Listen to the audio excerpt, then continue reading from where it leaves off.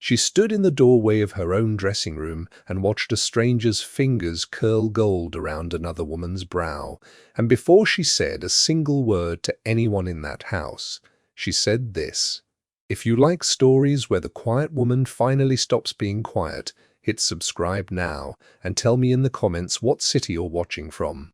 Because what the Duchess did before dawn broke over that estate is the kind of justice you don't forget. Picture it.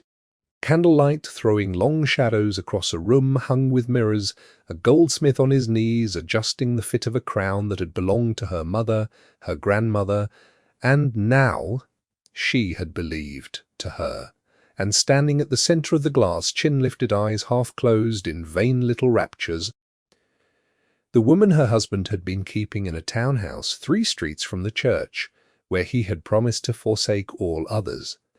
The Duchess did not scream. She did not faint into a chair the way the novels say a wronged wife should.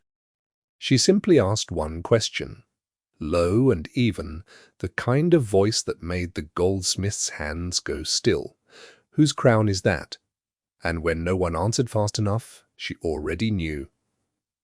By morning, that crown would not exist. But to understand why a woman who had clawed her way up from nothing would destroy the one relic of her own blood rather than let it sit on another woman's head, you have to go back. Back before the title, before the wedding, before any of them knew her name, Eleanor Hartwell had grown up believing she was nobody in particular, and the world around her had gone to great lengths to agree. She was 19 when her Aunt Margaret, the only family she had left, finally admitted on her deathbed that she was not, in fact, Eleanor's aunt at all, only a woman paid long ago to raise a child whose true parentage had been buried along with a scandal nobody living now remembered the shape of. There was no fortune left to explain it, no letter, no proof beyond a small tarnished crown, more coronet than crown, really, wrapped in linen at the bottom of a trunk that had travelled with them through 3 shabby lodgings and 1 long winter of near starvation. Margaret had always told her not to sell it. Not even when the rent went unpaid, not even when Eleanor took in mending by candlelight, until her fingers cracked and bled in the cold. "Keep it," Margaret said, again and again, though she would never say why, only that it was the one true thing Eleanor had been born with, that someday it would matter. Eleanor had long since stopped believing that someday would come. She earned her bread as a seamstress attached to a modest dress shop in a market town too small to appear on most maps, hemming gowns for women who would never learn her Christian name, only the girl, and she told herself she did not mind, because minding changed nothing. It was in that dress shop that she first met the tall, quiet man who called himself Mr. Ashworth, land agent, come to have a coat mended after a long ride in the rain. He did not announce himself the way gentlemen usually did when slumming through a market town, with a curled lip and a coin held just out of reach to watch a girl scramble.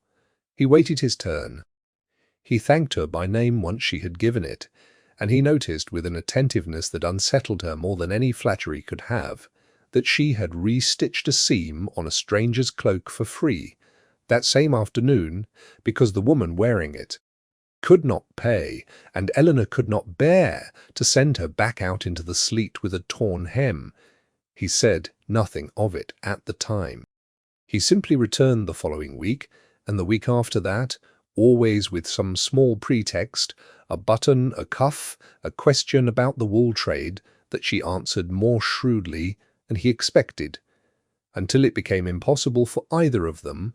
She did not know, through the whole slow unfurling of that courtship, that the man she was falling in love with owned the very land her little dress shop stood upon, that his real name was Griffin Ashworth Winfield, 6th Duke of Rothmere, and that he had spent 11 months travelling under a false name specifically to escape the calculating smiles of women who wanted his title and nothing whatsoever of him.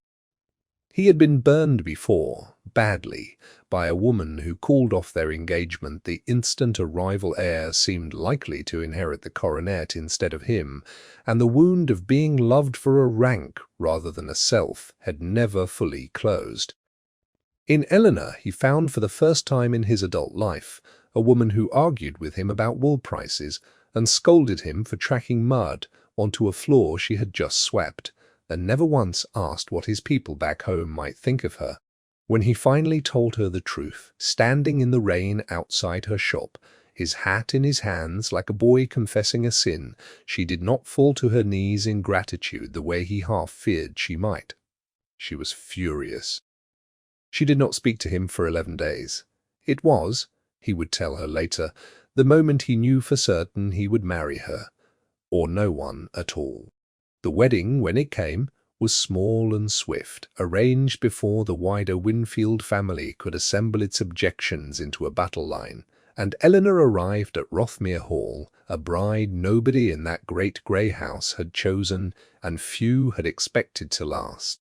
The Dowager Duchess, Griffin's mother, received her with a smile so correct it might as well have been carved from the same marble as the entrance hall, and reserved her true opinion for the servants' hearing and her sister-in-law's parlour, where she called Eleanor, more than once, the seamstress the Duke picked up off a shop floor.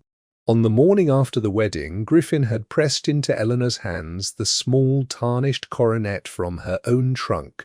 She had shown it to him once, confused by its persistence in her life, and he, alone among all the people she had ever known, he had it cleaned, the tarnish lifted to reveal gold and old dark rubies beneath, and he told her that whatever its history, it was hers.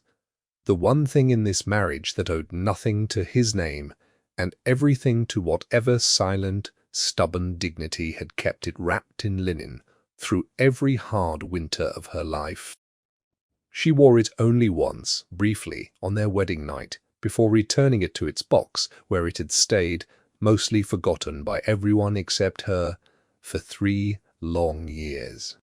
The Dowager Duchess ran her small campaigns quietly and endlessly, a servant reassigned here, an invitation misplaced there, a dinner conversation steered again and again toward genealogies Eleanor could not supply.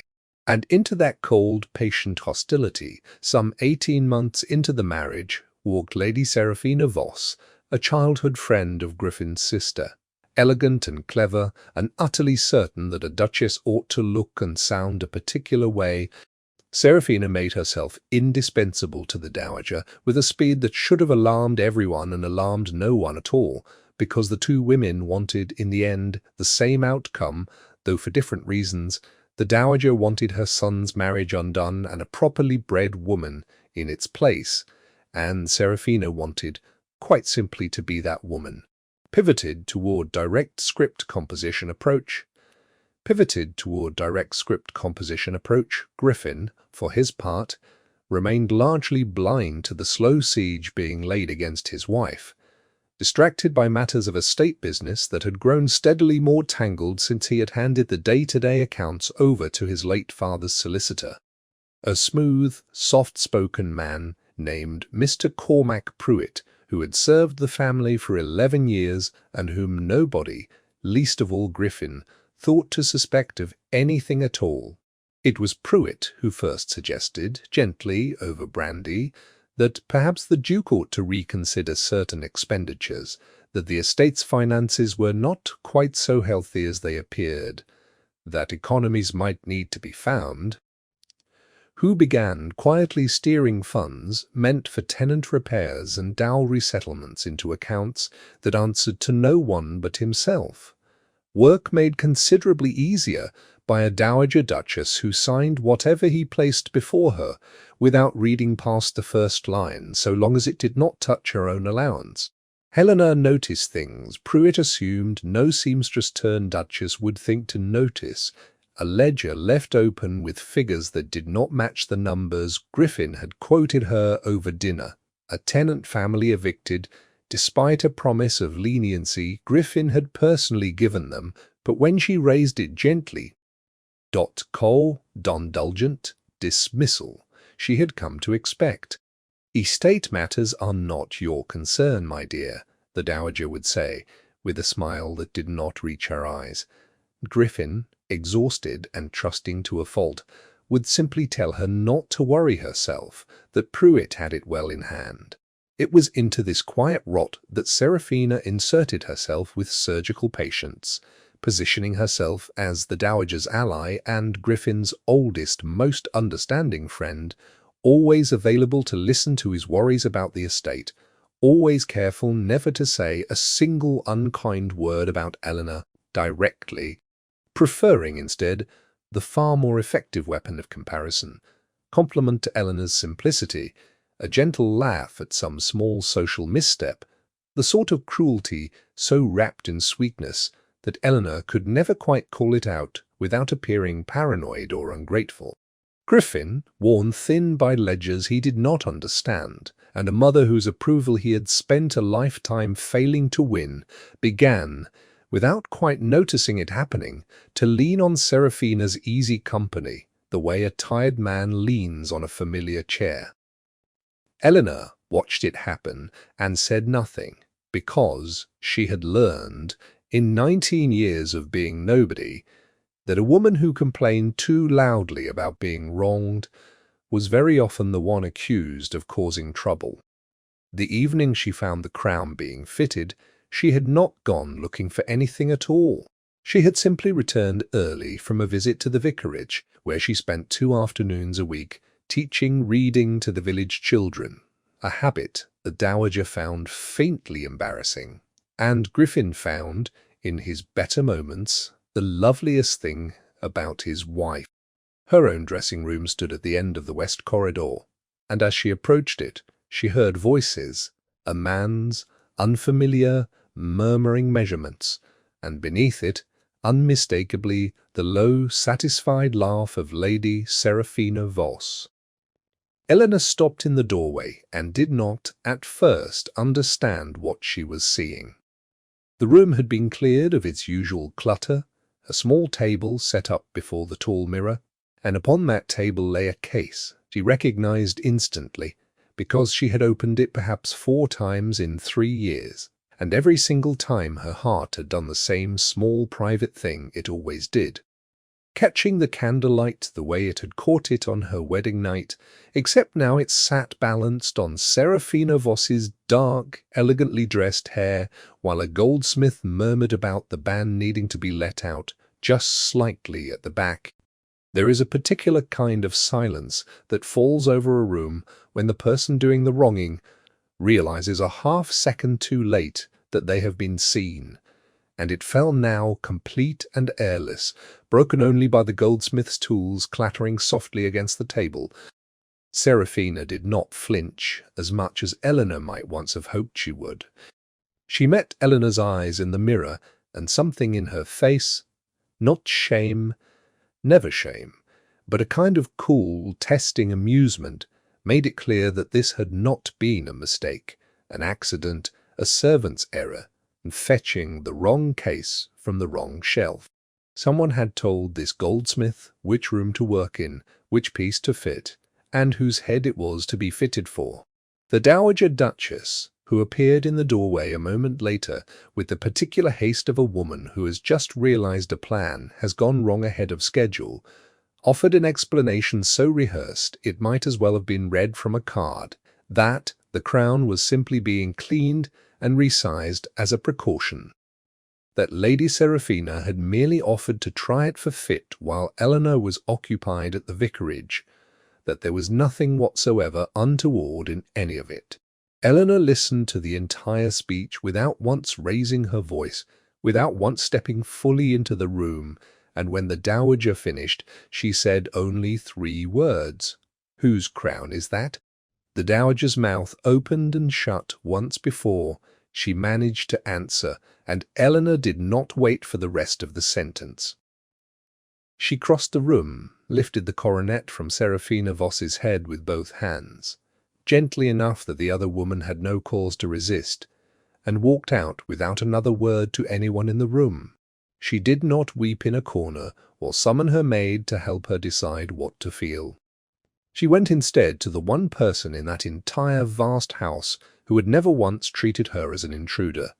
Old Beckett, the estate's long-time steward, who had served 3 generations of Winfields and had from Eleanor's very first week at Rothmere Hall quietly taken her side without ever once saying so aloud. Bringing her tea when the dowager's dinners left her too rattled to eat, warning her once, obliquely, that Mr. Pruitt's figures never quite added up the way they should. She found him in his small office off the estate kitchens, going over accounts by lamplight, and she set the coronet's case down on his desk and told him, in a voice that had gone very calm and very quiet, that she wanted him to send for a goldsmith of her own choosing before morning someone with no connection whatsoever to the household, and that she wanted the crown melted down before the sun rose. Beckett looked at her for a long moment, and then, instead of arguing, he asked her only one question. Was she certain? And when she said yes, he rose, took down his coat, and went to fetch his horse. The choice was not made in a fury, whatever it might have looked like to anyone watching. Eleanor sat alone in her dressing room through the small hours of that night, the empty case before her, and let herself think, clearly and without flinching, about what that coronet had actually been. It was not, in the end, a symbol of love. Not any more. Griffin's tenderness toward it aside, it had become, in the hands of a scheming mother-in-law and a woman who wanted her husband, nothing but a trophy to be seized and repurposed, dark casually reassigned to someone else the moment she turned her back. If she allowed it to remain intact, it would remain forever a thing that could be taken from her, refitted to another woman's head, worn as a token of her own replacement. But if it ceased to exist as an object at all, no one, not the dowager, not Seraphina, not any future schemer who came sniffing around Rothmere Hall, could ever again use it as a weapon against her. She was not destroying her mother's memory. She had come, slowly, to understand that her mother's memory had never lived in the gold at all, only in the fact that a woman she never knew had once, against every hardship, refused to let go of the one true thing that was hers, and had passed that same stubbornness down to a daughter. By the time the goldsmith Beckett had summoned arrived, bleary-eyed and startled at being roused before dawn for so strange a commission, Eleanor had already made peace with what she was about to do. She stood beside the small forge Beckett kept for estate repairs and watched the coronet go into the fire, watched gold soften and lose its shape, watched the dark rubies come free of their settings and drop, one by one, into a small dish she had brought for exactly that purpose. By the time the first grey light came up over the hall, there was no crown left at all. There was only a small ingot of gold, a handful of loose stones, and a woman who felt, for the first time in 3 years of marriage, entirely and unshakably herself. The household woke to the news the way a still pond wakes to a stone. It began, as such things always do, below stairs, with a scullery maid who had glimpsed the forge's glow through a kitchen window and could not resist whispering it to the housekeeper, who could not resist mentioning it, with wide eyes, to the lady's maid who dressed the dowager each morning, so that by the time the dowager Duchess sat down to her chocolate, she already knew, general shape, if not in full detail, that something irreversible had happened in the night. She summoned Eleanor within the hour, and when Eleanor arrived, entirely composed in a plain morning gown with her hair simply dressed, the dowager did not bother with any pretense of civility. She wanted to know, in a voice gone sharp and thin with fury, exactly what Eleanor believed she had done, destroying a family heirloom out of nothing more than jealous spite. Eleanor let her finish. Then she informed the dowager quite calmly that the coronet had never belonged to the Winfield family at all, had come into the house only in her own trunk, purchased with nothing but her own blood and her own mother's memory, and that she had been entirely within her rights to do whatever she pleased. "It is not spite, your grace," she said, "when a woman refuses to let her own inheritance be worn by her husband's mistress. It is simply the last time it will ever happen." The dowager, who had expected tears or apologies, or at the very least the shrinking deference 3 years of marriage had failed to fully stamp out of her daughter-in-law, found herself, for the first time, entirely without a response. Griffin returned from a 2-day journey to the northern tenant farms to a household in open uproar, servants exchanging glances he could not read, his mother waiting for him in the entrance hall with an expression of theatrical grief already prepared, with her version of events before he had so much as removed his riding coat. She told him that his wife, in a fit of jealous madness, had destroyed a priceless family heirloom, melted it down in secret in the dead of night, and that such behavior surely proved what the dowager had suspected all along, that a girl raised in a dress shop could never truly be trusted with the dignity of the Winfield name. Griffin listened to the entire recitation with a stillness that unnerved his mother more than any outburst would have, and then he asked her, in a voice gone very quiet, precisely which heirloom she meant, because to his own certain knowledge the coronet in question had come to Rothmere Hall inside his wife's own trunk, and had been given back into her keeping by his own hand on their wedding morning as something belonging entirely to her. He asked, next, why a goldsmith had been in his wife's private dressing-room, fitting that coronet to another woman's head while he himself was absent from the house. His mother had no ready answer for that question, because it was the one question she had not prepared for, having assumed, wrongly, that her son's fury would land first and hardest on his wife.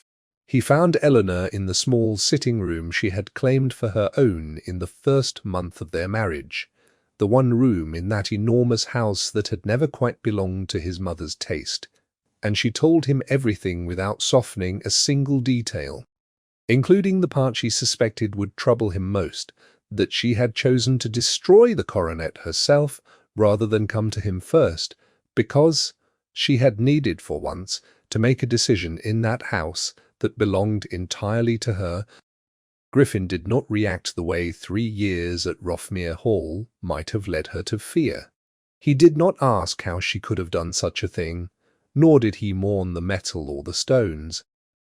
He asked instead very quietly how long the fitting had been arranged before she walked in on it, and when Eleanor admitted she did not know, only that it had clearly not been the goldsmith's or Seraphina's first visit, judging by how practiced the whole scene had felt.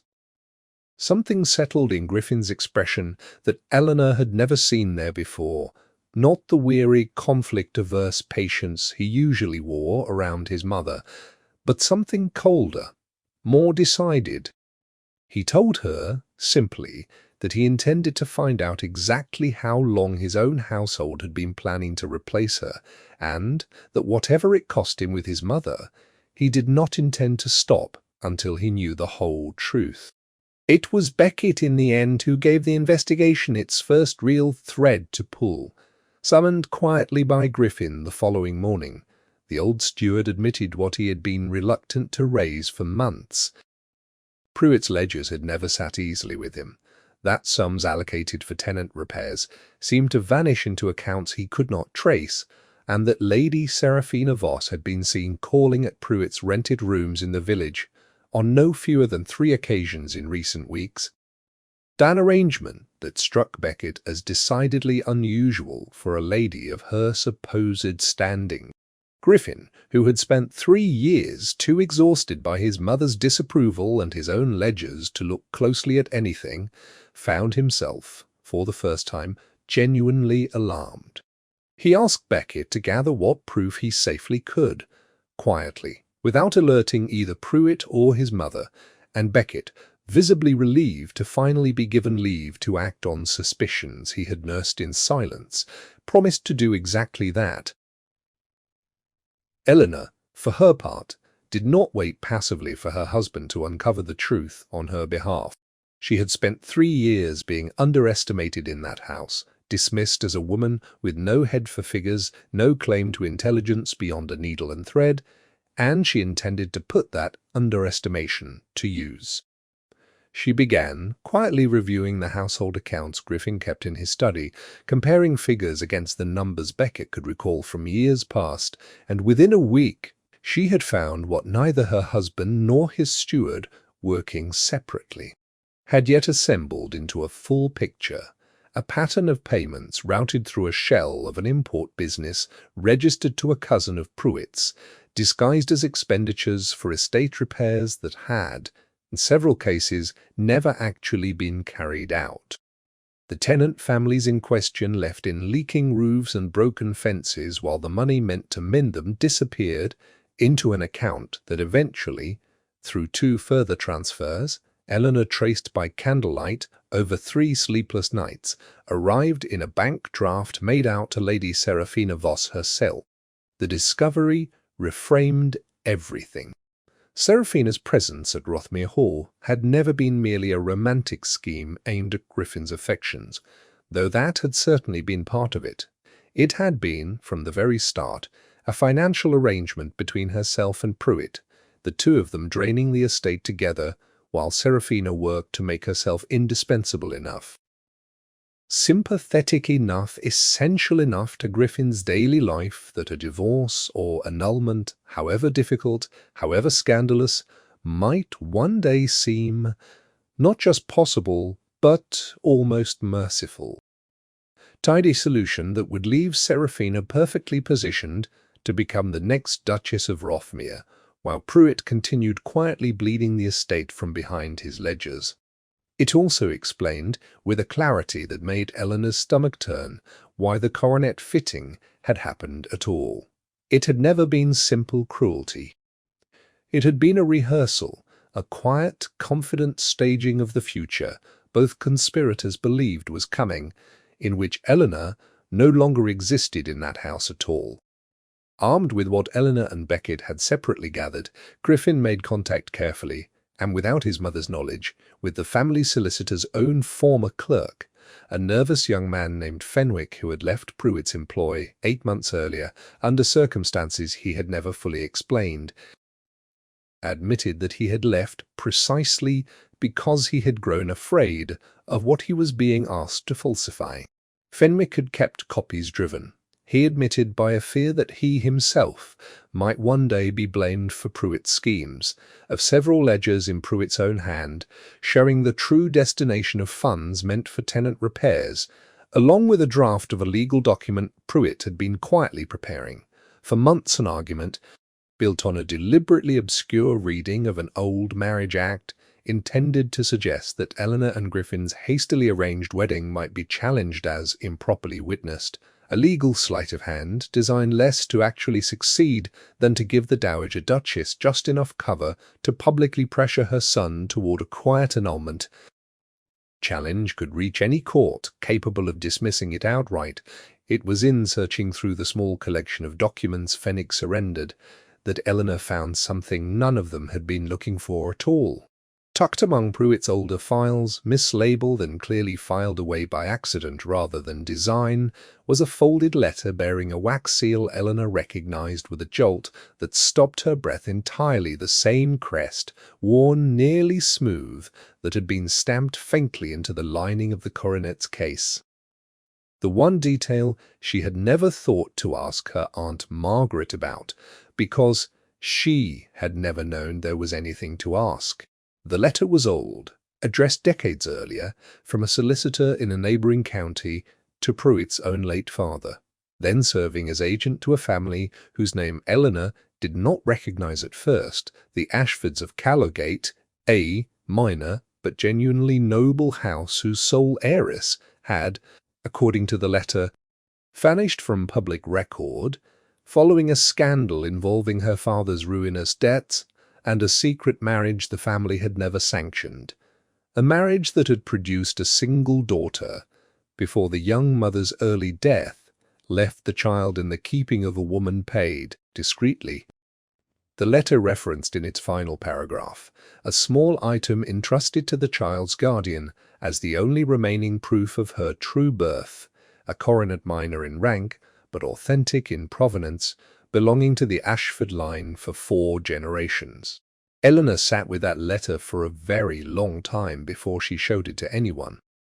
It explained everything and nothing at once. Why Margaret had guarded the coronet so fiercely through years of poverty rather than selling it for bread. Why she had insisted again and again that someday it would matter. Why she had never once told Eleanor the truth outright, perhaps out of fear, perhaps out of some old promise made to a dying mother. Eleanor had never known. It meant that Eleanor was not, and never been entirely, the nobody the Dowager Duchess so delighted in calling her.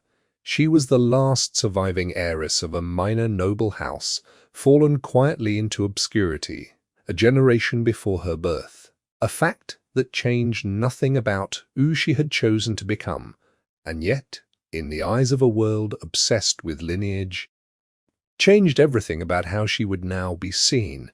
And it meant, with a fresh, sharp grief she had not expected, that the coronet she had melted down, with her own steward's help, had not merely been a sentimental trinket. It had been the single remaining physical proof of her own name. She brought the letter to Griffin that same night, and watched him read it twice through before he set it down, and looked at her with an expression she had never once seen on his face in 3 years of marriage. Not surprise, not calculation, but something closer to a quiet, aching tenderness, as though a suspicion he had never quite let himself voice, even to himself, had finally been confirmed. He told her then something he had never told her before, that the very first time she had shown him the coronet in the small back room of her dress shop, months before he confessed his own identity to her, he had noticed the crest worked faintly into its band and recognized it, distantly, from an old registry of minor noble arms he had once studied as a boy, though he had said nothing at the time, unwilling to raise hopes or complications neither of them had been ready for.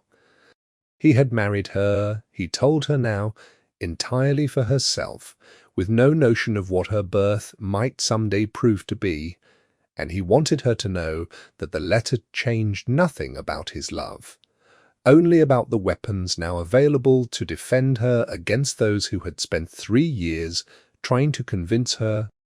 They did not act immediately. Griffin understood, with a clarity Eleanor had not expected of him, that revealing the letter too soon without the accompanying proof of Pruitt's financial fraud fully assembled risked allowing his mother and Seraphina to dismiss it as convenient fiction, a story invented by a desperate wife to shore up her own crumbling position.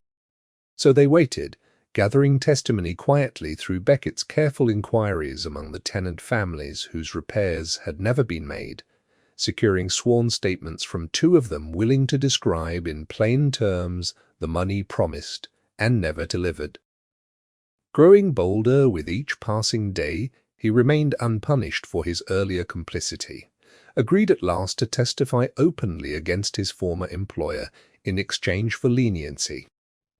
The pieces accumulated slowly through that autumn, evidence gathering the way frost gathers on a window, one fine, delicate layer at a time, until the picture beneath was undeniable. The occasion Griffin chose for the reckoning was one his mother herself had arranged months earlier and could not, without arousing suspicion, cancel. The autumn ball held each year at Rothmere Hall, an event to which half the county's notable families were invited, and at which the Dowager Duchess had confided to several friends her private hope that some resolution to her son's unfortunate marriage might soon be forthcoming, a hint broad enough that most of the assembled guests arrived that evening half expecting some manner of announcement, though few could have guessed its true shape.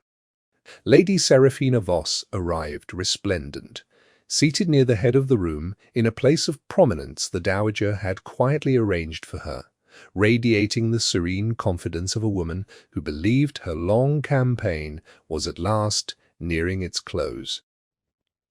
Mr. Pruitt attended as well, ostensibly on estate business, though in truth to be present for whatever announcement his co-conspirators' careful months of positioning had finally earned her. Eleanor entered the ballroom on Griffin's arm, wearing no jewels at all, a fact several of the assembled guests noted, with the particular cruelty of people who enjoy watching another's humiliation, murmuring behind fans about a Duchess who could not even be bothered to dress the part. She did not flinch at the whispers.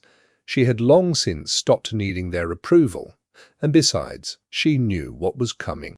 Griffin waited until the dancing had paused, and the room had gathered itself into the loose, expectant clusters that precede any significant announcement, and then he rose, requested the room's attention, and began to speak, not as his mother had clearly hoped of any dissolution, Pruitt directly, inquiring, in a voice that carried easily across the sudden silence, whether the solicitor cared to explain a series of payments traced from tenant repair funds through a shell company to an account belonging to a lady presently seated not 20 feet away. The colour left Pruitt's face with a speed that told the entire room more clearly than any accusation could exactly how guilty he was. He attempted briefly a stammered denial that Griffin had come prepared, and at his signal Beckett stepped forward with the ledgers Fenwick had preserved, while Fenwick himself, present at Griffin's specific invitation, stood to confirm, in a clear, steady voice that surprised even himself, everything the documents showed.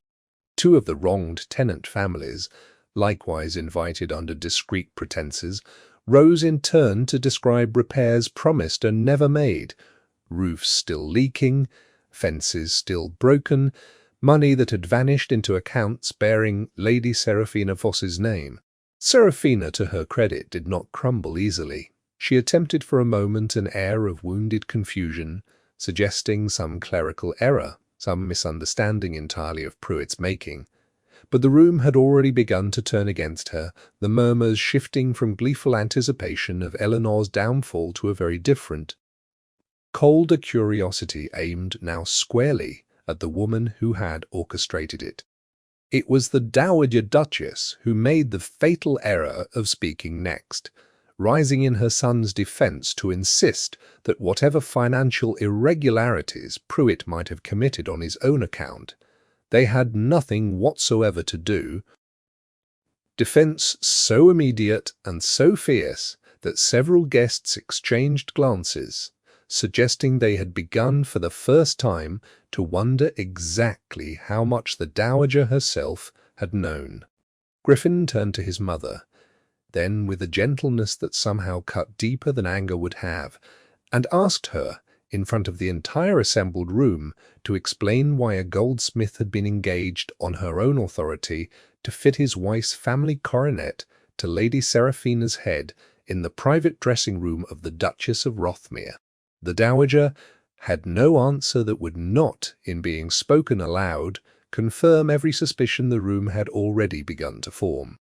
It was at this point, with the conspiracy already unravelling under its own weight, that Griffin turned finally to Eleanor and asked her gently whether she wished to share the second matter they had discovered together, and Eleanor, standing very straight in a gown unadorned by any jewel at all, produced the old letter from Pruitt's own files and read its contents aloud to a ballroom gone utterly silent, explaining in a clear, unhurried voice that the coronet destroyed some weeks earlier had never been a Winfield heirloom at all, but the last surviving proof of her own descent from the Ashford line of Callowgate, a house fallen into obscurity a generation before her birth through no fault of her own, and that she had melted it down herself rather than allow it to be worn by a woman conspiring to steal her husband's estate out from beneath a household of tenants.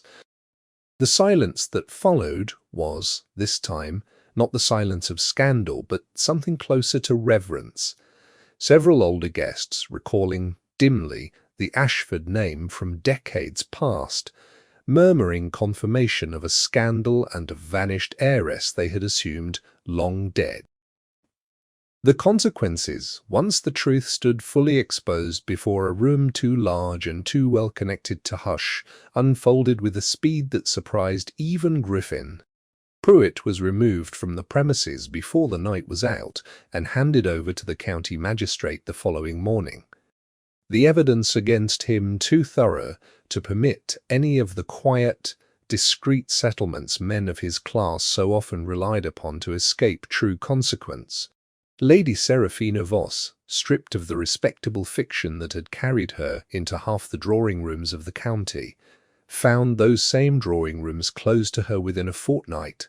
Her fortune, such as it had ever genuinely been, revealed as almost entirely borrowed against a future.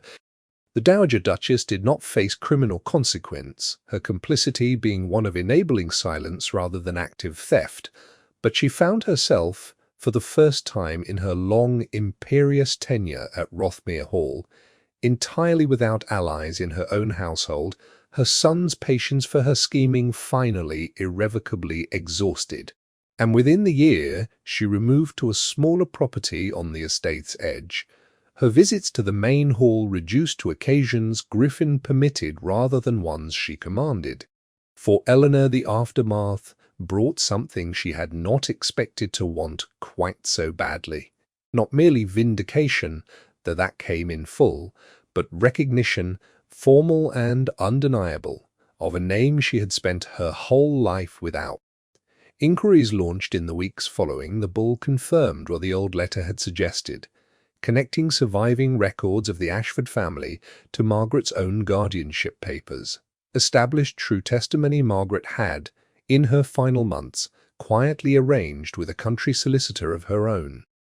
The College of Arms, consulted at Griffin's insistence, confirmed her descent formally within the year, restoring to her, on paper, if nowhere else, a name that had lain dormant for a generation. Griffin, who had loved her long before any of this was known, found himself moved nearly to tears by a formality he considered almost beside the point, though he understood, watching his wife hold the confirming documents in her own hands, exactly how much it meant to a woman who had spent her whole life. He commissioned, that winter, a new coronet, worked by the same trusted goldsmith who had melted down the original at Eleanor's request, using the very golden rubies she had saved from that night's fire, reshaped now into something new rather than restored to its old form. Because Eleanor had asked for exactly that, not a resurrection of what had been taken and threatened, but a fresh thing entirely her own, bearing both the old Ashford crest and a small, quiet addition of Griffin's own choosing worked into the band. A single carved wren, the bird Eleanor had once told him in the very early days of their courtship, reminded her of herself. Small, plain, easily overlooked, and utterly unbothered by the comparison. He presented it to her, not at any grand occasion, but quietly, in the same small sitting-room where she had once confessed to him what she had done and why. And she wept, finally, not for the crown that had been destroyed nor the name that had been restored, but for the simple, staggering fact, by the one person whose seeing had ever mattered to her at all. The years that followed settled over Rothmere. She stood in the doorway of her own dressing-room and watched a stranger's fingers curl gold around another woman's brow, and before she said a single word to anyone in that house, she said this: "If you like stories where the quiet woman finally stops being quiet, hit subscribe now and tell me in the comments what city you're watching from. Because what the Duchess did before dawn, broke over that estate, is the kind of justice you don't forget. Picture it. Candlelight throwing long shadows across a room hung with mirrors, a goldsmith on his knees adjusting the fit of a crown that had belonged to her mother, her grandmother, and now she had believed to her, and standing at the center of the glass, chin-lifted, eyes half-closed in vain little raptures, the woman her husband had been keeping in a townhouse 3 streets from the church, where he had promised to forsake all others. The Duchess did not scream. She did not faint into a chair the way the novels say a wronged wife should. She simply asked one question, low and even, the kind of voice that made the goldsmith's hands go still. "Whose crown is that?" And when no one answered fast enough, she already knew. By morning, that crown would not exist. But to understand why a woman who had clawed her way up from nothing would destroy the one relic of her own blood rather than let it sit on another woman's head, you have to go back. Back before the title, before the wedding, before any of them knew her name, Eleanor Hartwell had grown up believing she was nobody in particular, and the world around her had gone to great lengths to agree. She was 19 when her Aunt